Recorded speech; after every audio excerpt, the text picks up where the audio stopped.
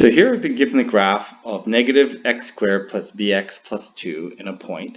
Essentially, I'm just solving for an unknown b value. And basically, I can use the fact that I can plug in any x and y into the equation, and it will never be wrong. And in this case, it will give us one variable to solve for. So that's what we're going to do here. So we're going to end up plugging in negative 22 for y, 3 for x,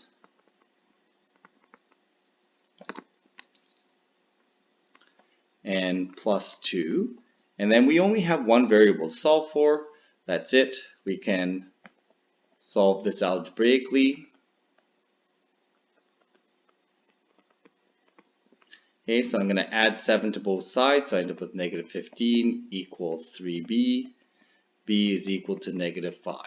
Okay, so b, we can find the value b by using the property that any xy pair will always be able to be plugged into the equation. And in this case, when we do that, we get one variable to solve for. Okay, so here we have a quadratic function. The vertex is at m and n, and we have a point at 3 and k. And we want to find the x-coordinate for the symmetrical point in terms of m. Okay, so there's our vertex. Okay, so if I sketch this out, I have some general graph that looks like this. My vertex here is at m and n.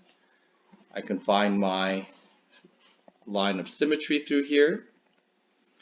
Okay, and we're told that at 3k, and we don't know exactly where the vertex is, but we'll just say that 3k is maybe somewhere around here.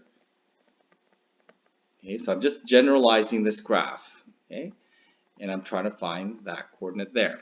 Now, we don't know, the vertex could be on the other side. We don't really know, but now we're starting to generalize. This is an important part of higher level math, is can we generalize things with variables? Okay, so here's just a sketch. And again, your sketch might look different. For example, your vertex might be over here. It really doesn't matter. We're just generalizing this. So we want to find the x-coordinate in terms of this m variable. Well, again, we can use this idea of middle, right? We're going to take any two symmetrical x points divided by 2, and we get the middle. The middle being p for a parabola.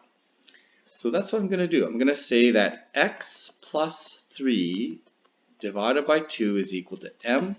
Well, if that's the case, what I'm solving for is x. So I end up with 2m minus 3. There is my value of x in terms of the variables m. Okay, so there I've used again this idea of middle to calculate, use the symmetry to calculate any one of these. We can sometimes calculate the middle point, we can sometimes calculate the left point, sometimes we calculate the right point. So again, this idea of having to generalize with variables is important, and we'll end up doing more and more of that.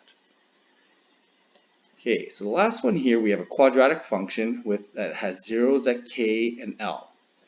And we want to find the range of y is greater than d, so we know that that must be the location of the vertex. Okay, so if I sketch this out, again, I'm generalizing here. There's k, there's l, and we know that y is greater or less than d, so it has to go the other way. Y is less than d.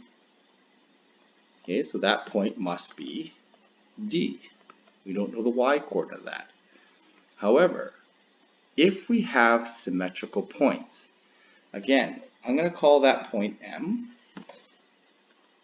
We know that symmetrical points give us the middle. So if I want to calculate that m point, I add any two symmetrical coordinates and divide by 2. So that m coordinate is going to be that's going to be the value of m. So my vertex will be at, the x-coordinate will be the average of k and l, any two symmetrical points, and we know that zeros are symmetrical, and we know that the y-coordinate must be d because of this range value that we've been given. So there it is. Again, notice how we're using this idea of middle. That's a very important property to use, because the most striking feature and useful feature of parabola is its fact that it's symmetrical. When we know the vertex, we know a lot about this parabola.